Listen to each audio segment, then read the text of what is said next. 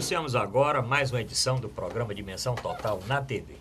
O nosso programa tem a produção do querido jornalista Ronald Machado. Vou, de início, dar aqui o WhatsApp do programa, o telespectador encaminhar suas mensagens. Aqui é Fortaleza 85 999 25 11 22. Lembro também o nosso portal na internet, portal@arrudabaixo.com.br, para o telespectador assistir o programa ao vivo ou rever qualquer um dos programas anteriores. No programa de hoje estamos aqui com o Dr. Mourão Cavalcante, que é professor universitário, escritor, antropólogo. O Dr. Zé Maria Filomeno, economista e advogado, debatedor do programa do Fernando Maia e colunista do jornal O Estado. Dr. Mourão Cavalcante também, debatedor de vários programas aqui no Estado de Ceará, principalmente do senador Cid Carvalho e Ronald Machado. Doutor Mourão Cavalcante, essa semana transcorreu aí no dia 15, o dia do professor. Eu queria começar então falando um pouquinho, nós professores, nós temos muito que comemorar nesse dia? Sim, pelo que faz, né? Não pelo que é reconhecido. Tenho a honra de dizer, há mais de 50 anos sou professor. Por isso, né? que eu comecei com o doutor Mourão. Então, desde uma disciplina chamada Ciências Físicas e Biológicas, do ginasial, que eu comecei a dar no chamado, na época, artigo 99, ginasial, depois biologia, depois na faculdade eu passei a ser professor de cursinhos aqui em Fortaleza, até certo ponto muito conhecido, porque ensinei em quase todos os cursinhos da época. Depois de formado e feita a formação, voltei como professor a minha faculdade de Medicina, e por aí fui, pós-graduação e tudo. Então, de A a Z, tive como meus alunos minha mãe e meu filho. Espero que minha neta logo mais possa também ser minha aluna. Então, eu conheço muito bem esse métier, sei que ele não é reconhecido pelos governantes, sobretudo pelos administradores, mas tem na sociedade o reconhecimento. E cada vez que eu cruzo é alguém que diz: eu fui aluno do senhor no lugar tal, eu fui aluno do senhor em 1900 e tanto. E eles lembram, e você se perguntar: mas você, o que é que eu ensinava? Eles dizem: eu me lembro uma história que o senhor contou uma vez e tal. Então, tudo isso são lembranças que formam o acervo do professor. E é com muito orgulho que eu digo, aliás, já repeti isso muitas vezes, que eu me sinto mais orgulhoso de ser chamado de professor do que de doutor médico. Aliás, doutor com justa causa, porque eu tenho doutorado, né? Os outros são doutores de nominação, mas não de título. E eu adoro quando me chamam professor Mourão, professor, né? E quantas vezes já doente, paciente, ao meu leito estava aquele médico atento, muito preocupado. Calma, professor, nós vamos sair dessa. Aí eu identificava como um ex-aluno. Tudo isto é muita glória para um professor, e eu creio que aqueles que nos assistem agora e que também tiveram essa oportunidade de um dia serem professor, sabem disso, sabem muito bem disso que eu estou falando. Portanto, eles merecem os parabéns nessa semana que transcorre o dia do professor. Ao professores com carinho, né? Pronto. 15 de outubro, dia do professor. Doutor Zé Maria Filomeno, o senhor lembra da sua primeira professora? Olha, não lembro... Eu vou fazer essa pergunta daqui para o doutor Mourão, porque hoje, quer dizer, essa semana eu conversei com várias pessoas, aí uma pessoa dizia, eu lembro, outra dizia que não lembra, eu queria saber depois se o senhor lembra da sua primeira professora. Olha, eu não lembro da primeira professora, porque ao meu tempo não se começava a frequentar a escola tão cedo como hoje em dia, né? Hoje as crianças já vão ali para o pré-infantil, pré-maternal, pré, já vão com um pouco mais de um ano, já vão para a escola. No meu tempo não se ia tão cedo, então mesmo assim eu não lembro da primeira, mas eu tenho uma lembrança, a mais distante lembrança que eu tenho era a professora Ana Maria, que, se não me engano, devia ser minha professora, ou do primeiro ou do segundo ano ainda do primário, tenho boas lembranças dela. E eu quero também congratular-me com todos os professores, na pessoa aí do Dr. Mourão, que tem aí já há 50 anos, né, ministra aí o ofício aí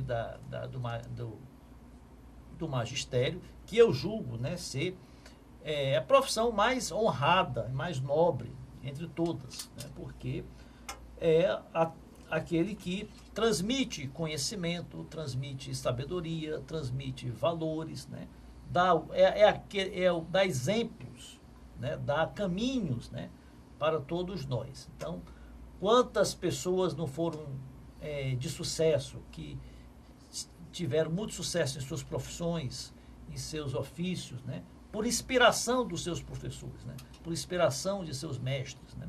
Eu mesmo tenho, ao longo de toda a minha vida, diversos professores e professoras minhas foram fontes aí de muita inspiração, de muita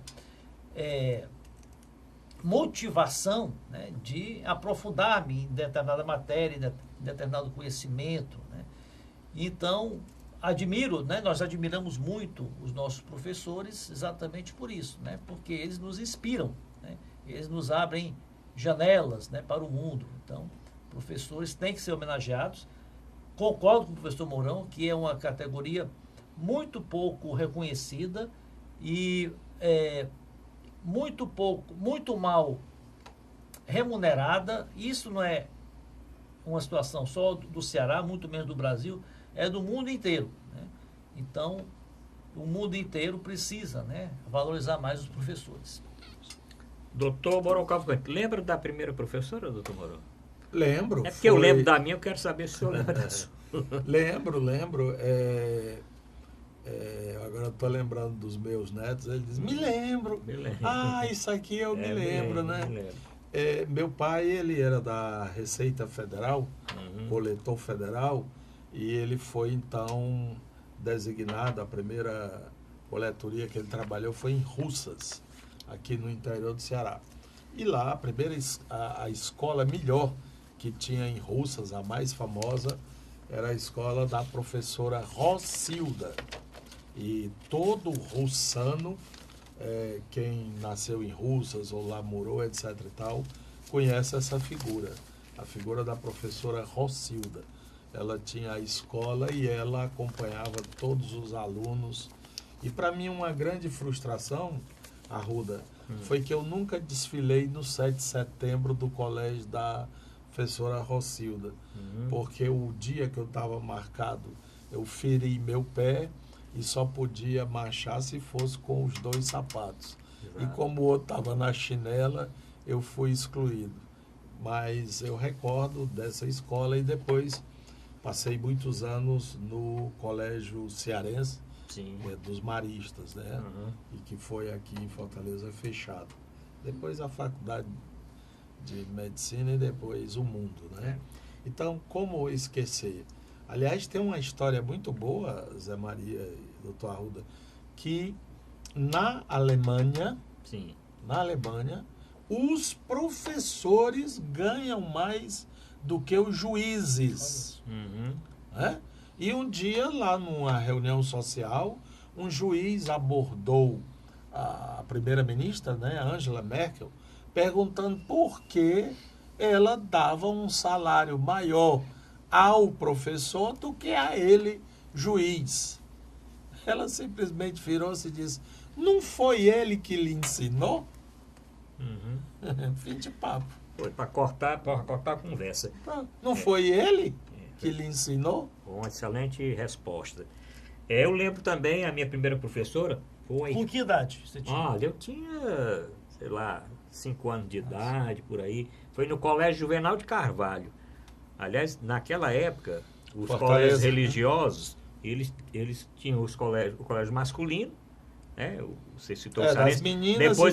Depois eu fui para o colégio cearense, quando só era masculino, dos irmãos maristas, passei minha vida toda lá. Mas o jardim da infância, tá certo? Eu fiz no Colégio Juvenal de Carvalho com a irmã Paula. A irmã Paula Foi a minha primeira professora do Jardim da Infância. Depois, no Colégio Cearense, aí tinha os irmãos, o irmão Urbano, o irmão Hábito, o irmão Luiz, os irmãos Valentim, né? Todos os irmãos maristas da época.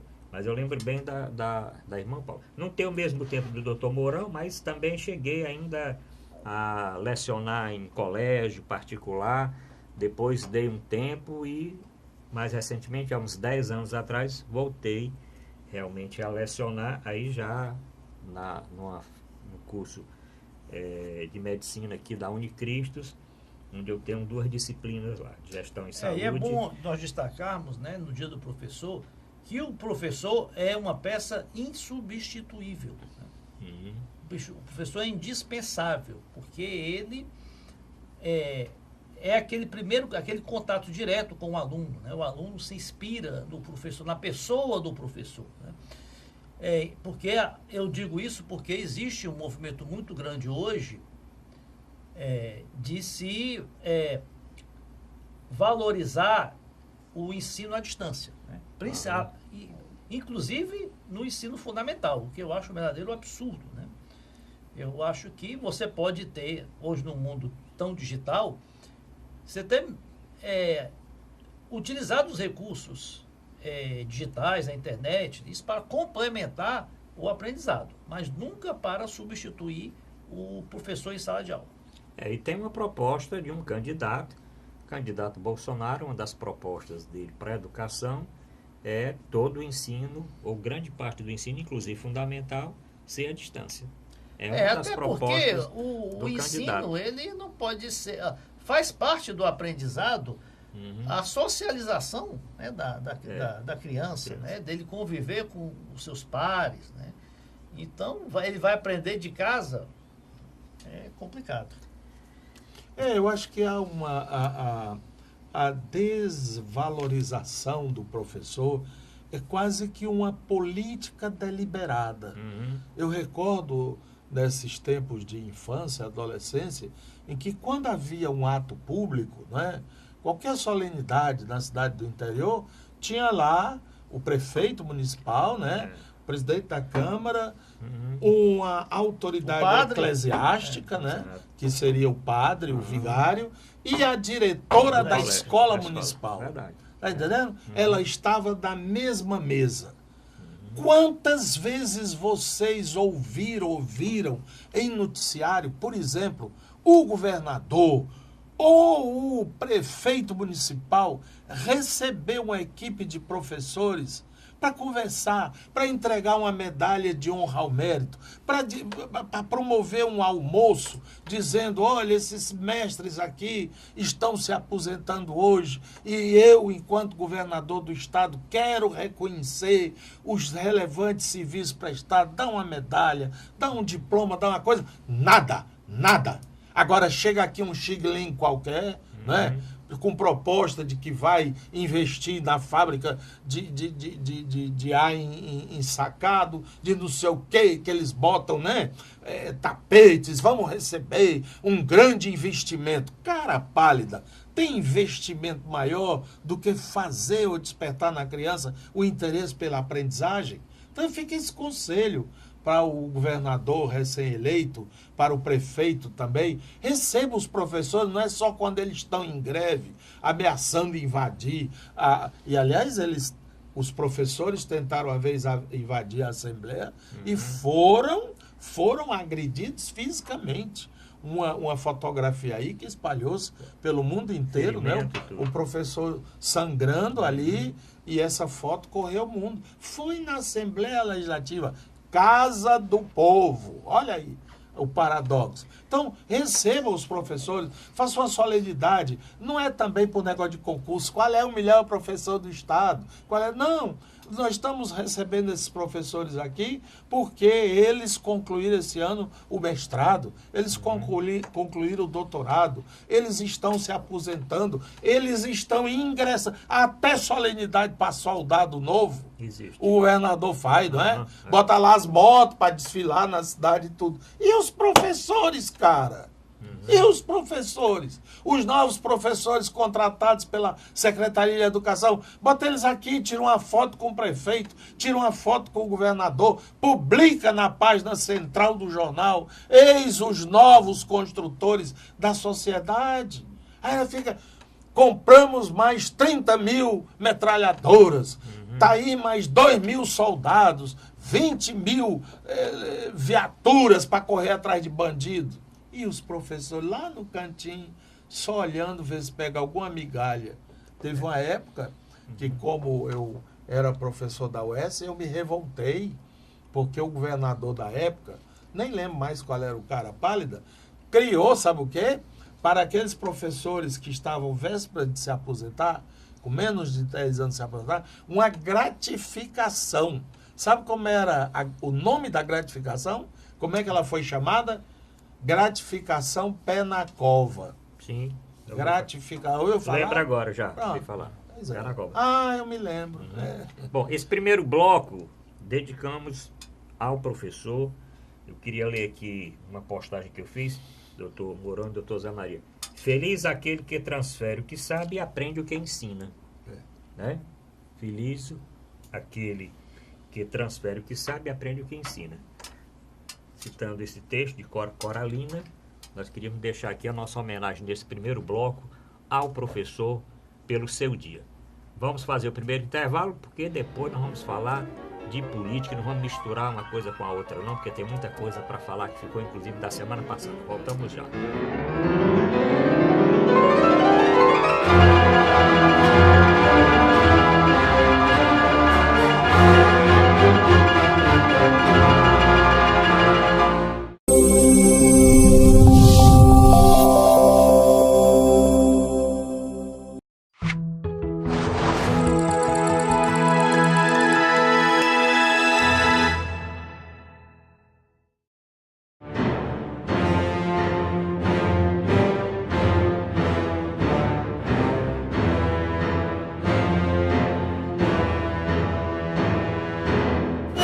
Apresentar a Dimensão Total na TV. Nosso programa tem a produção do querido jornalista Ronald Machado. Bom, nesse segundo bloco vamos entrar no tema político. Vamos tratar da eleição para governador, e não deu tempo de falar no próximo programa, mas eu queria falar de uma declaração, Dr. Mourão Cavalcante, do atual presidente do Senado, Eunício Oliveira, e para a revista Veja ele disse que a culpa da sua derrota... Quem foi? Cid e Ciro Gomes, que boicotaram sua candidatura. Ele esperava ter uma votação maior e só teve 1/3 dos votos que ele aguardava aqui na capital. E nisso ele não sabia não que tinha que os irmãos não votavam com ele não. O mal-estar do Ciro, ele pode... aliás, o mal-estar com o ex-governador Cid, ele pode ter, porque é com ele que ele tinha aliança. Mas o Ciro Gomes, candidato a presidente, esse sempre mostrou-se contrário a essa pretensão e a essa aliança. Né? E quem prometeu elegê-lo foi o governador do estado, foi o Camilo. Se ele há de se aborrecer com alguém, é com o Camilo, que prometeu e não cumpriu. Mas o Camilo até que se esforçou, né?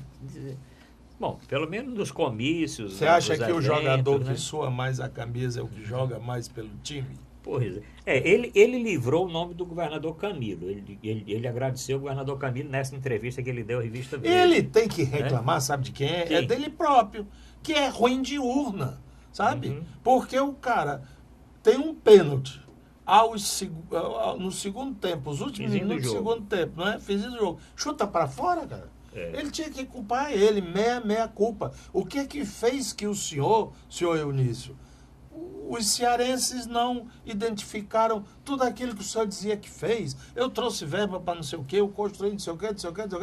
Diga que os cearenses são ingratos, que eles vão mostrar o que é que eles acham do senhor.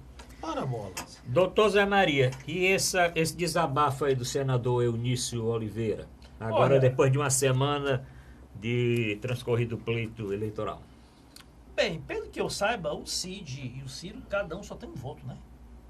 Cada um só tem dois votos. Dois votos. Cada qual tem um dele. dele. Não pode culpar ele não ter tido aí E não são identificáveis, né? Não Os são votos. identificáveis.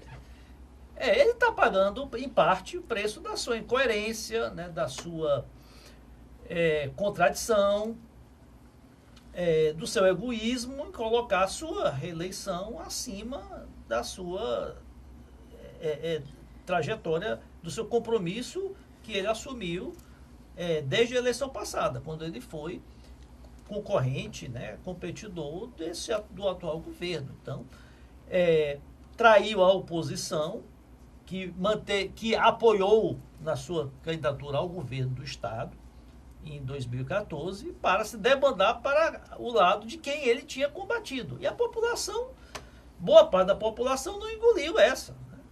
Diz, olha, como é que esse cara era contrário, passou 4 anos criticando o governador, criticando os irmãos Ferreira Gomes, e agora está do lado deles, de mão dada. E também pelos acontecimentos passados, agora recentes, o seu envolvimento aí na Lava Jato, embora ele não seja réu ainda em nenhum processo, tem que se destacar isso, ele é apenas denunciado em alguns inquéritos, mas ele está contaminado por todo o mar de lama do seu partido, o MDB. Né? Ele apoiou o impeachment da ex-presidente Dilma, apoiou o governo do presidente Temer até o momento em que ele era conveniente. Né? Outra incoerência dele que os eleitores não engoliram. Né? Ele se declarar eleitor fiel ao Lula, né? Enquanto ele é de um outro partido totalmente diferente. Né? E aquela declaração dele de apoio ao Lula, notadamente, claramente, era por simples conveniência, né? Querer surfar na onda de popularidade que o Lula tem no interior do Estado, principalmente. Então, foi isso. Agora, o que muitos analistas, inclusive eu vi a entrevista do diretor da Folha de São Paulo, que é o Paulino, né? Do Datafolha. Ele, sobre essas surpresas que nós tivemos agora no Brasil inteiro, de muitos políticos tradicionais e que tinham as suas eleições para o Senado dadas praticamente como certas, vinham liderando com boa margem de folga as pesquisas. Vou citando o próprio Eunício, a ex-presidente Dilma Rousseff, o ex-senador Suplicy em São Paulo e diversos outros, de que o eleitor concentrou-se durante a campanha inteira nos embates da eleição presidencial. Depois para governador. E deixou por último o Senado. E até a segunda vaga do Senado também. Então, o que essas pesquisas elas não perceberam? Elas não perceberam que o eleitor muitas vezes tinha já uma decisão para o primeiro senador, mas estava em aberto o segundo. E foi exatamente no voto por segundo senador que vieram as maiores surpresas. O Eduardo Girão, ele foi eleito exatamente porque teve esse voto da segunda vaga do Senado para ele, de muitos eleitores do CID, que não votaram no Eunício. E o senador Eunício Oliveira perdeu muito apoio, né? De deputados, inclusive, não fez nada para segurar deputado nenhum. Muitos deputados saíram do PMDB, inclusive com fazendo queixa ao próprio Eunício Oliveira, que era presidente do PMDB no nosso estado. Mas de qualquer forma, e se você for por esse lado, eu acho que não justifica a sua derrota, que ele pode ter perdido alguns apoios, mas ele tinha uma gama de partidos o apoiando, de deputados apoiando, muito maior do que o Luiz Eduardo Girão. Tinha. Ele não tinha, quer dizer, você tinha o PR da deputada Gorete Pereira o apoiando, você tinha o PSD, né, do deputado Domingos Filho e Domingos Neto o apoiando, tinha o Solidariedade o apoiando.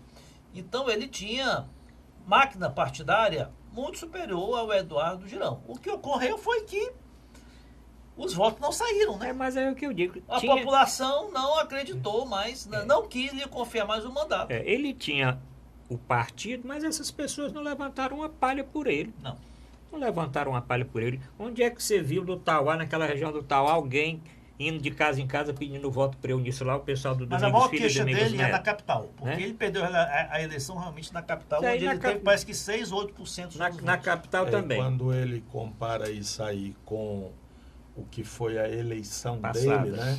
Que ele ganhou em Fortaleza, né? Ganhou em Fortaleza. Então essa aliança foi atrapalhar o negócio dele. E- Mas Arruda, eu acho o seguinte, em política, o pecado mortal que vai direto para o inferno, aliás, isso também é na vida, né? É. Mas na política, o pecado mortal não é a corrupção, não é etc, etc, não. Sabe o que é? A traição. Traição. Também Traição em política é mortal. Concordo. Aqui eu citaria, além do exemplo paradigmático do senador Eunício Oliveira, 3 outros casos que também são de conhecimento público. Gorete Pereira, Sim, que né, também não foi que eleito. fez uma bela traição Uhum. e que se ferrou. É. Danilo Fortes, olha bem, o Danilo Fortes saiu do PMDB, PSB, PSDB, É. tentando... E o DEM ainda passou pelo DEM. passou pelo DEM, DEM, de aí teve uma de passada rasteira. pelo... Foi quando o Temer estava forte, né? Foi isso. Ele estava no DEM. Aí depois ele disse, poxa, vai virar pro general, ver essa onda aí. Aí ele foi pro PSDB, ferrou-se. É verdade. E o terceiro, do campo progressista, Odorico Monteiro. Odorico Monteiro era um PT. cidadão de carteirinha PT, não era? Sim. E tergiversou ali pelo PROS, depois foi para o PSB, É. ferrou-se. É verdade. Política não admite três traição. casos. Exatamente. E aqui o Rosa Maria falou, né?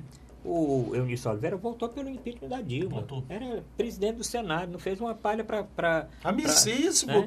da Aí- Dilma. Aí e agora do- vem dizer que o candidato dele é o Lula. É o Realmente Lula, não pegou. Ele tentou colar a imagem dele, inclusive usou no começo qualquer da coisa, qualquer usou no cola. começo da propaganda que o Se eu Tribunal sou lulista, Eleitoral tirou, mas não. Eu diria mais ou menos assim, o Eunício Oliveira é o nosso Romero Jucá. Sim, que E também, vice-versa. que também se ferrou por lá. E vice-versa em Roraima, né? É. Também não foi eleito. Bom, ainda falando aqui do Ceará, doutor Zé Maria, essa semana teve um encontro aí do governador Camilo Santana e do senador Cid para a campanha do Haddad. O senhor acha que agora eles vão ajudar mais nessa campanha? Porque, inclusive, o presidente Salvador está cobrando uma posição mais forte do Camilo, nem tanto que o Camilo já votava com ele, votava meio dividido entre o Ciro e ele, mas principalmente do PDT. Como é que vai ficar esse apoio aqui do PDT agora ao presidenciável Haddad? olha, o PDT, ele declarou um apoio crítico, né? Acho que foi isso o termo, né? Quem foi esse? Apoio crítico à eleição do Fernando Fernando Haddad. E não tinha outro caminho, né? O PDT, pela sua história, pela sua tradição, ele jamais poderia ficar ao lado do Bolsonaro e nem neutro, né? Então, o caminho natural do PDT era apoiar o Haddad. Agora, o próprio Ciro o PT esperava que o Ciro fosse se engajar na campanha do Haddad, demonstrar seu apoio de forma mais veemente, mais entusiasmada, e o Ciro, né, foi para a Europa descansar, né? Isso irritou um pouco a campanha do Haddad, que contava, né, com o apoio mais ostensivo do Ciro, já que o Ciro teve uma votação muito boa, 12,5%, espalhados aí, foi quase que homogênea no Brasil inteiro, um pouco mais no Nordeste, mas também bem votado nas outras regiões. E o Ciro foi lá cuidar já da sua vida e o próprio PDT já está lançando o Ciro para 2022. Já lançou, né? Agora o que é curioso, diga lá, doutor Mourão. Se nós formos mexer na história, que nós tivemos 2 episódios históricos que guardam uma certa semelhança. Quando Getúlio Vargas candidatou-se a presidente da República, ele passou um longo período como ditador, Sim. Aí ele foi derrubado, né? Ou ele 50. saiu e ele foi, então, para o dito ostracismo em São Borja. E de lá ele volta candidato a presidente. Quem se engaja com Getúlio? Luiz Carlos Prestes.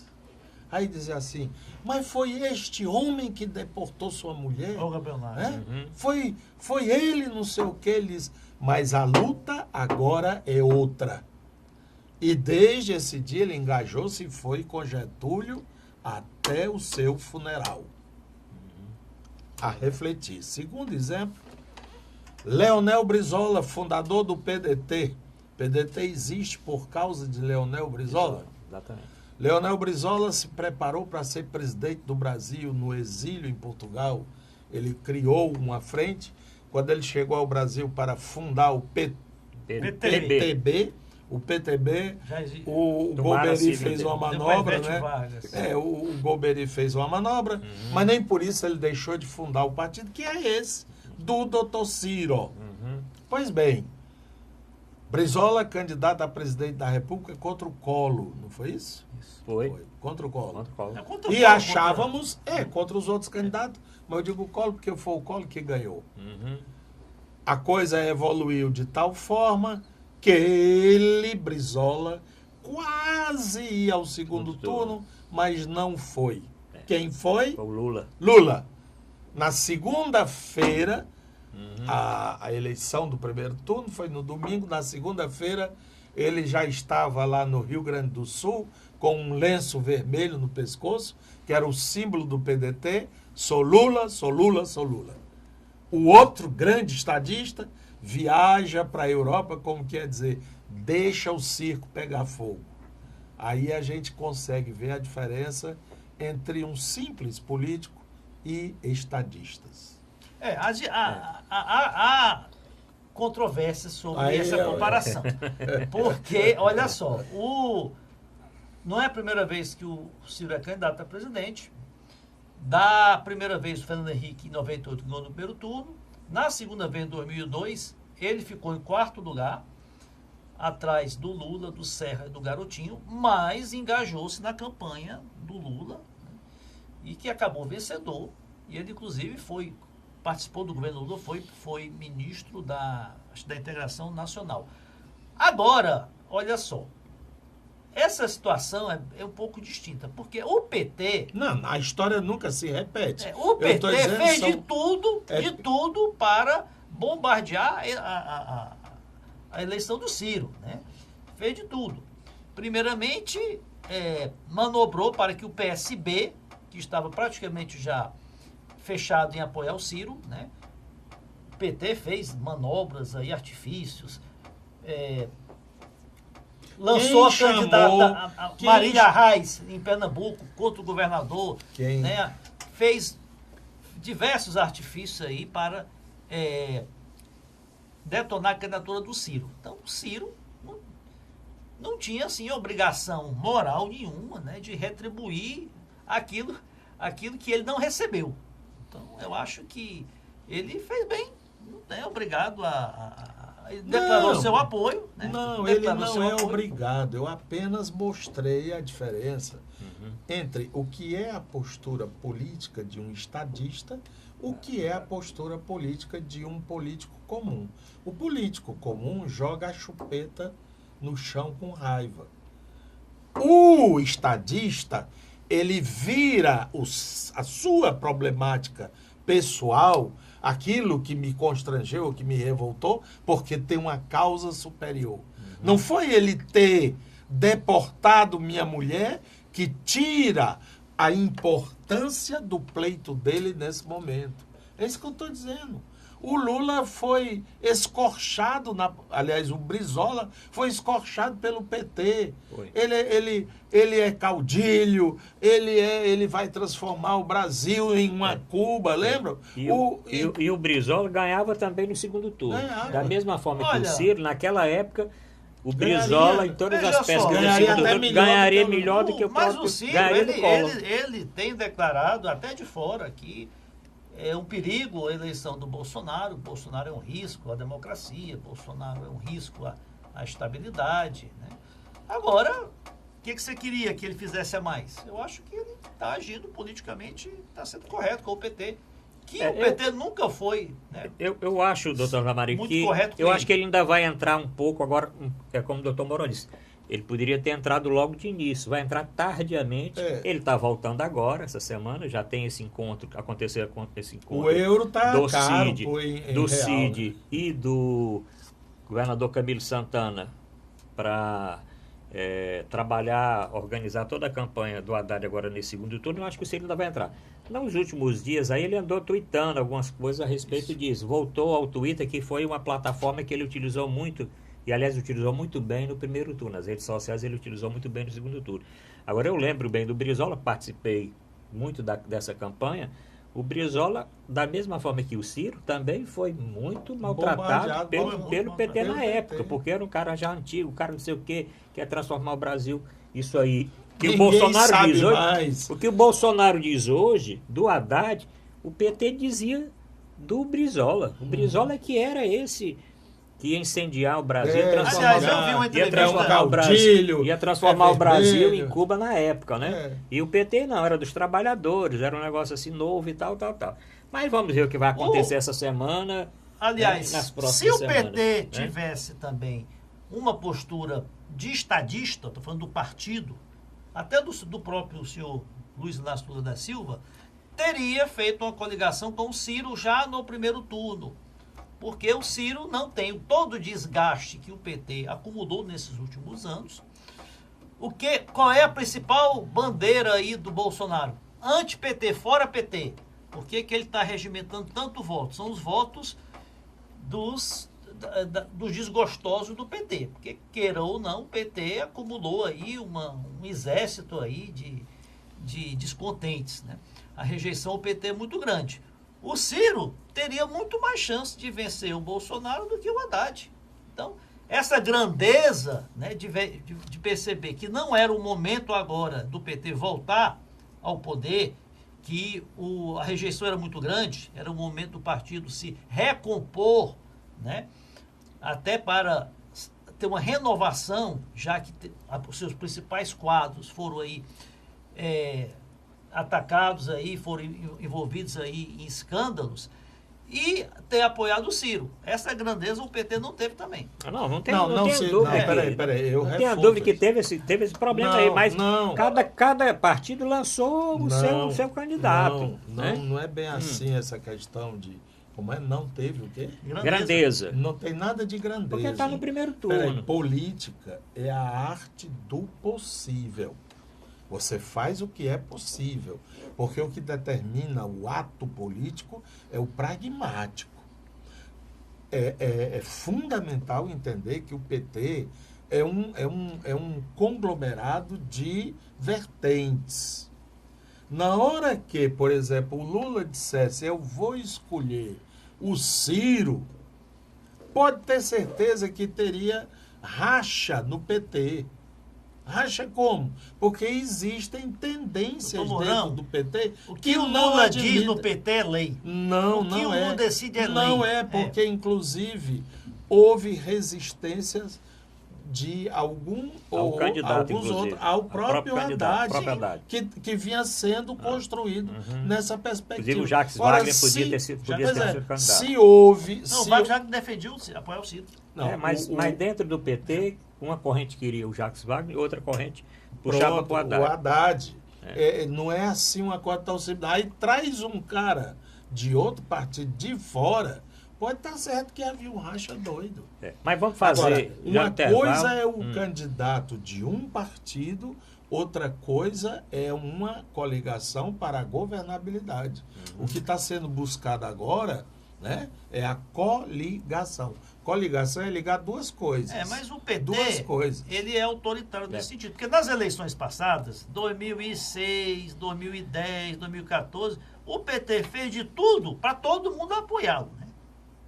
Claro, quem é que não quer apoio? Sim. Bom, mas vamos terminar esse bloco porque ficou pendente do programa passado a gente falar dos estados. E tem muita coisa que aconteceu essa semana, inclusive com aquela ida do Dória para conversar com o Bolsonaro no Rio e levou... Não aconteceu. a situação com Márcio França, vamos falar também de Minas Gerais e Rio. Vamos falar desses 3 estados e mais um pouquinho aqui da política local. Voltamos já.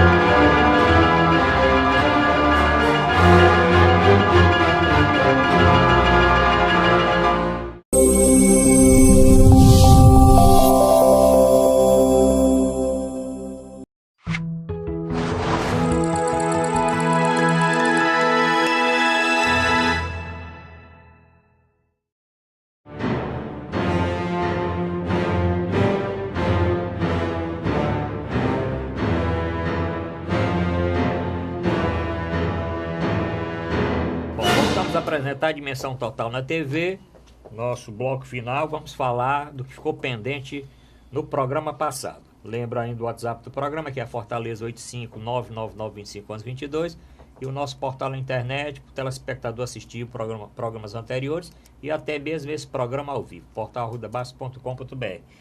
Doutor Mourão Cavalcante, vamos falar aqui de São Paulo. O senhor que conhece muito, o senhor vai muito a São Paulo. Tem um candidato Dória do PSDB, que tem uma coisa interessante com o Dória do PSDB. No primeiro encontro, na primeira reunião do PSDB com o Dória, o próprio Alckmin disse que ele era traidor, vazou um áudio.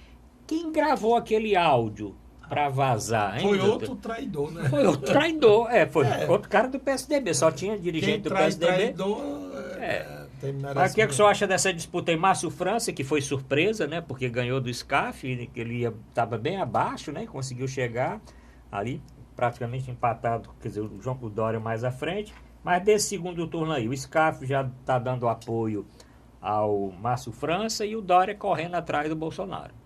Olha, a impressão que eu tenho é a seguinte: quanto mais concentrada é a população eleitoral, a perspectiva urbana, né, que nós temos o urbano e o rural, ou semi-rural, que são essas cidades do interior, mas de qualquer forma, interior.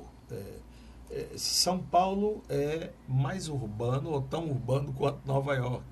Então, as coisas mudam com muita rapidez. E aquilo que pode estar claro agora, amanhã já pode ser diferente. Basta um gesto, uma atitude, um ato, uma coisa assim. O que está se desenhando é que parece que o Dória atingiu o máximo. Ele tinha aquela característica de contraponto ao próprio candidato presidencial dele, que era o Alckmin, ao qual ele estava preso, por ser do mesmo partido, e estava livre porque ele sempre quis marcar essa diferença.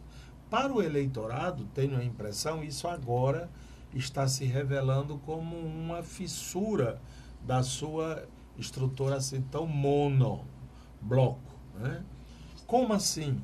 Porque deve estar rondando no espírito dos paulistas um sentimento de culpa por ter dado esse prêmio ao Alckmin.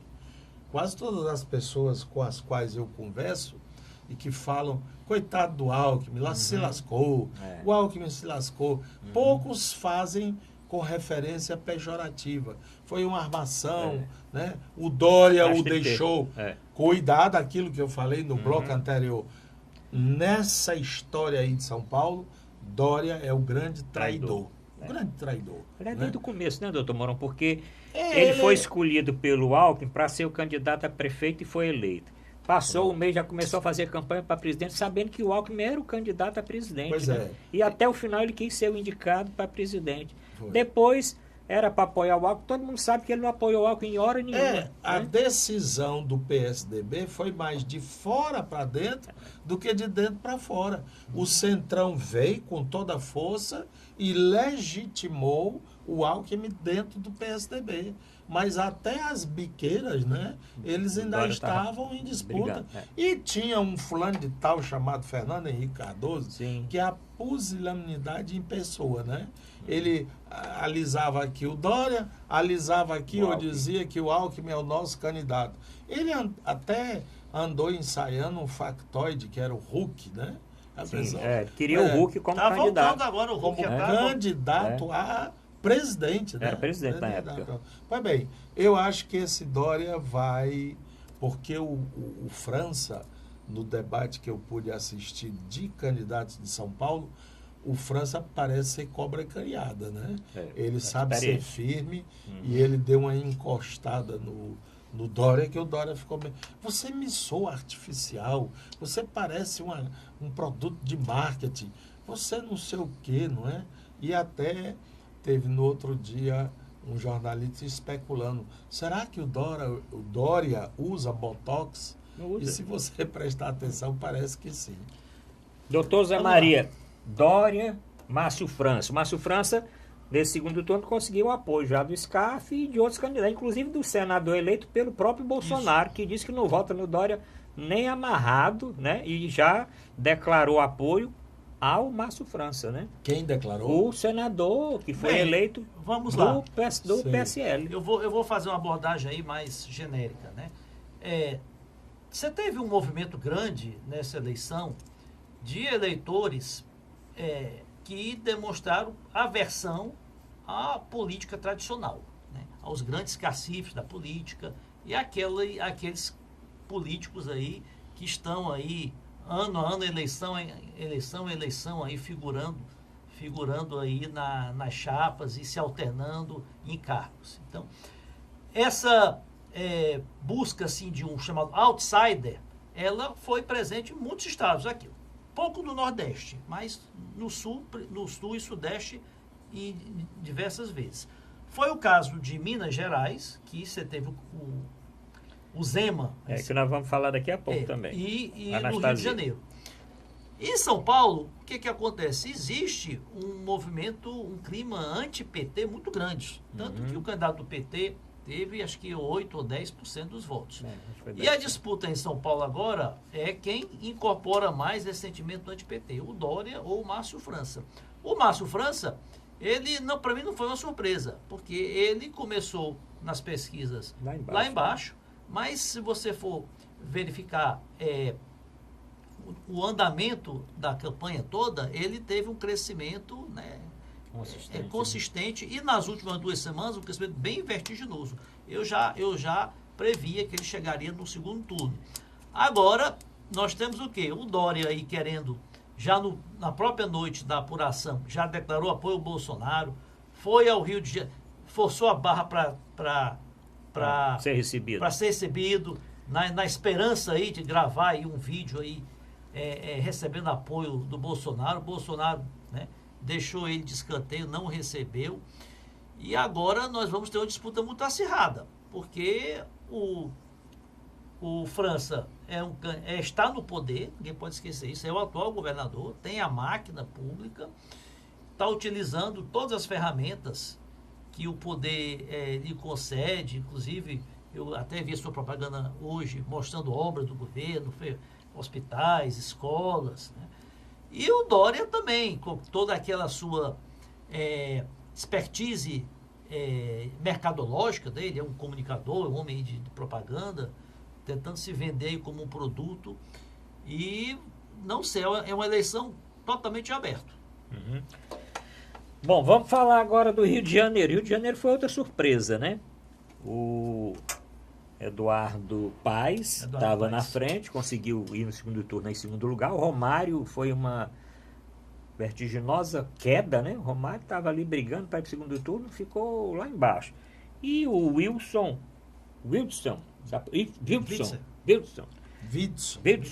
quer dizer, que é um juiz aposentado, não é isso? Ele não é aposentado, não. Ele deixou, né? Ele pediu só os 50 anos.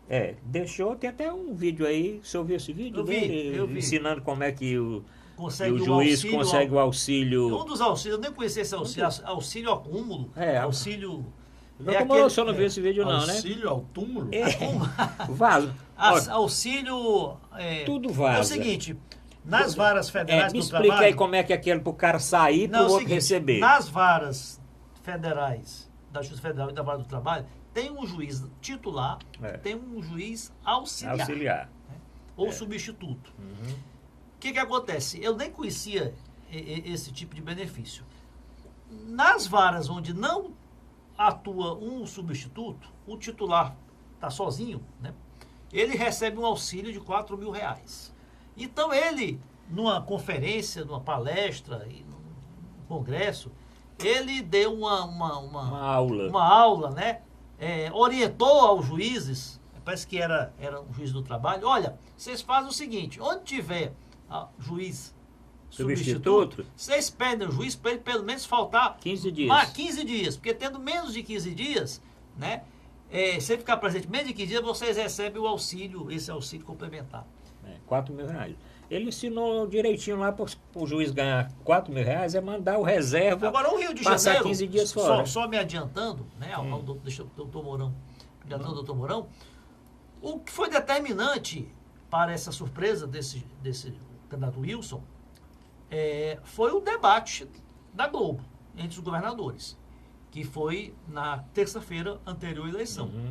Ele vinha com 8%, né? E saiu-se muito bem no debate. E, por outro lado, o Romário saiu-se muito mal no debate. O Romário estava meio... A população chegou à conclusão, ao longo da campanha inteira, nos diversos debates, que o Romário realmente não tem preparo, não tem consistência nenhuma para ser governador do estado do Rio de Janeiro. Então, teve uma votação aí bem aquém do esperado. Ele que chegou a liderar mais de 22, né? 3%. Doutor Mourão Cavalcante, e essa disputa aí no Rio de Janeiro? Rio de Janeiro é um estado assim meio surpresa de vez em quando, né? De vez em quando não, quase frequentemente, sempre, né? Porque você tem... E ele oscila muito. Ele elegeu o Brizola naquela época, ninguém pensava que o Brizola foi. Depois começou a eleger outro, aí o garotinho se elege, aí faz toda uma marmota danada, mas aí a mulher entra, aí consegue eleger sempre a filha. Aliás, o único que escapou lá que elegeu a filha foi ele, né? Foi ele. Porque o resto não conseguiu. O Jefferson, né? O Jefferson. O Eduardo Cunha não conseguiu, o Jefferson não conseguiu e nem o ex-governador que está preso, Sérgio Cabral, conseguiu eleger os filhos, mas ele conseguiu eleger a garotinha. Pois é, porque a garotinha. Eu acho que o Rio de Janeiro merece um estudo especial e aprofundado, porque não é coisa para amador, não. Aquela tem a ex-capital do país, a segunda maior cidade do país é a capital, não é? Tem grandes centros universitários de pesquisa, de educação, né? Escolas de tudo que é tipo, de tudo que é jeito. Houve, de alguma forma, preocupação dos dirigentes, se não de hoje, mas do passado, em garantir uma boa rede de educação e de saúde, mas tudo isso vem se destruindo, né? E o que sobra são tiroteios na noite. E mesmo os tiroteios parece que vão ganhar, porque agora, dia 31 de dezembro, termina a fajuta intervenção militar no Rio de Janeiro. Fajuta por quê? Porque não foi programada, foi parcial, né? Ela só entra na Secretaria de Segurança quando parece que o corpo constitucional diz, né, a Constituição, que a intervenção tem que ser decretada no Estado. E ela foi, no caso do Rio, apenas da polícia, da Secretaria de Segurança. E um quadro político, uma elite que se revela das piores, né? Se não são esses candidatos extremamente corruptos, são candidatos de uma popularidade grotesca, né? De uma popularidade grotesca, são policiais não do Exército, mas militares, da Polícia Militar, são pastores evangélicos que deveriam estar em seus mistérios, então, e não na atividade política. Talvez até pela ausência dos políticos. De modo que, no lugar de nos revoltarmos com o Rio, o sentimento que eu tenho é de pena. Como é que um estado tão lindo, né? O Rio de Janeiro é uma cidade estupenda, extraordinária. E aqueles dirigentes, aquela elite, né? Fora a questão social da violência, de tudo que não presta, né? Do tráfico de drogas, das drogas sendo usadas. E aquilo era o berço, foi o berço do nosso país, né? Não só como capital, mas também como cultura. E tudo isso vem sendo negligenciado por administrações corruptas, por uma falta de perspectiva mesmo. Por exemplo, o que eles ensaiam como mudança, como novo, é desastroso. Esse prefeito aí, o Crivella, que era um bispo, né? Bispo da Igreja Universal. Sobrinho do Edir Macedo. Sobrinho do Edir Macedo. Está aí no que é que dá, está escolhendo essas pessoas que devem ser muito boas em suas respectivas igrejas, em seus respectivos ministérios pastorais, missionários. Mas uma coisa é ser prefeito do Rio de Janeiro, outra coisa é ser pastor da Igreja Universal. São coisas diferentes, distintas, que exigem uma acessibilidade diferenciada. Não se critica o valor dos pastores em suas missões, no trabalho que fazem, mas eu tenho muita reticência naqueles que criticam. Esses políticos são tudo um bando de vagabundo, esses políticos são tudo um bando de corruptos. E quando vem a tal da mudança, a tal do novo, aí é um desastre. Doutor Zé Maria, vamos falar do Rio. E eu queria falar aqui, depois do finalzinho, eu acho que nós vamos deixar Minas Gerais para depois. Sim. Porque certo. Nós temos que falar um pouquinho dessas fake news. E o Tribunal Superior Eleitoral decide convocar a Polícia Federal agora, os técnicos da Polícia Federal, para ver se eles conseguem, entrando em jogo, barrar um pouquinho. Porque tem fake news de tudo que é jeito. De tudo Sim, mas isso não é Rio de difícil não, rapaz. Não é difícil. Mas a Polícia Federal está entrando aí porque... Não, porque é o seguinte, quando eu recebo uma mensagem dessa, o meu computador, ele tem uma identidade, ele chama até de ID, não é? ID. Mas o problema é que você lembra da corrente? Antigamente aquelas correntes de carta, né? Não, eu sei, mas peraí. Então um passa para outro, passa para outro, que passa para outro, que passa para outro. Eu recebi de alguém, não fui eu que fiz. Então quando eu recebo a mensagem, tá lá gravado o ID de onde veio. Vamos lá. Aí, digamos, foi você. Aí, no seu, foi você que gerou ou tem um ID que lhe mandou? É que você vai chegar lá. Isso é uma campanha eleitoral que tem 15, 20 dias, né? Então, para a polícia investigar e desvendar esses... Mas desde o começo está assim, doutor. Mas isso aí é um problema. Mas pode ser agora com a Polícia Federal, pelo menos as pessoas têm um pouquinho mais de cautela. Porque o cara cria fake news em casa aqui e solta, inventa qualquer coisa. Deve sair algumas coisas assim que você vê que... Grotescas. De tudo que é lado. É o preço da liberdade, né? É o preço da tecnologia, da internet. Não, mas a liberdade não me permite avançar sinal vermelho. Eu estou dizendo, doutor Mourão, sem dúvida, o problema é que para você coibir isso, não é fácil também. Não é fácil também. Eu sei que o TSE agora pediu reforço da Polícia Federal. Você tem os robôs que ficam... Quando você monta a cadeia, você vai chegar numa central. Não, e muitas vem até de fora do país. Não é um bobinho lá em Maringá, ou um bobinho lá em Macapá que solta. Em relação ao Rio de Janeiro... Mas vamos falar do Rio aí, só para reta final. Olha, o Rio de Janeiro, lamentavelmente, está pagando, o povo carioca, o povo fluminense está pagando o preço de ter feito péssimas escolhas de seus governantes. Quer dizer, o Estado, depois de 2 mandatos do Garotinho, um deles, outro da mulher, 2 mandatos do Sérgio Cabral, está no estado aí de penúria. O estado foi totalmente devastado, foi totalmente assaltado. E não é só os governadores, você vê esse Jorge Pisciani também, que existiu uma quadrilha na Assembleia Legislativa do Rio. Também não conseguiu, o filho não conseguiu ser eleito. E é um estado aí que, eleitoralmente, nessa eleição, voltou totalmente para centro-direita. O partido Bolsonaro fez lá mais de 10 deputados federais, diversos estaduais. O Bolsonaro teve lá uma votação muito grande. Quer dizer, é esse pessoal aí que domina o Rio. Voltou-se muito, para esse lado conservador.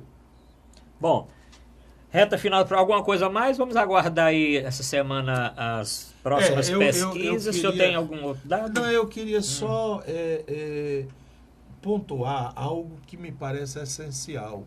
É fazer um apelo aos candidatos para que parem com essa história de ataques recíprocos, não é?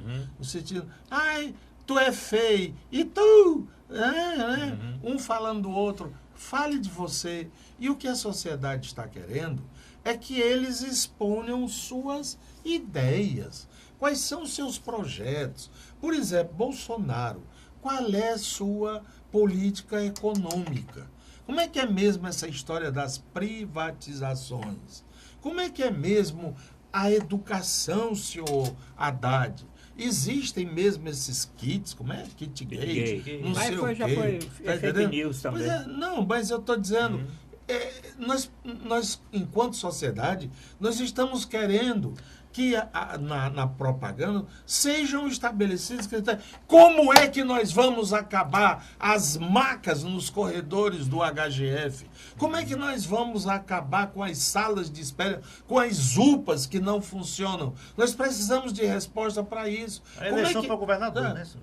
Hein? Aí é matéria para Mas ele governador. está eu tô testando saúde. Não, né? a saúde, o SUS é nacional. Olha, essa eleição, ela virou uma baixaria tão grande. Para essa eleição, parece que nós estamos nos anos 50. Ah, você é fascista, nazista, você é comunista. Olha, o que é isso? Mas nós vamos ter que terminar, vamos deixar esse debate para a próxima semana. Não, mas eu O pediria tempo isso. passou. Inclusive, Não, os mas debates. foi Como é que tinha um os candidato debates. foge do debate, rapaz? Doutor Mourão, o negócio do debate. Rapaz, Vamos é ver se o negócio de candidato... ladeira abaixo. Eu sou candidato, quero ser eleito, Tem um debate mas não digo o marcado que agora. eu quero fazer. Tem um Ele só debate vai pro agora. da Globo. Bom, Ele vamos- só vai pro da Globo último. Bom, vamos aguardar. Obrigado aí pela audiência.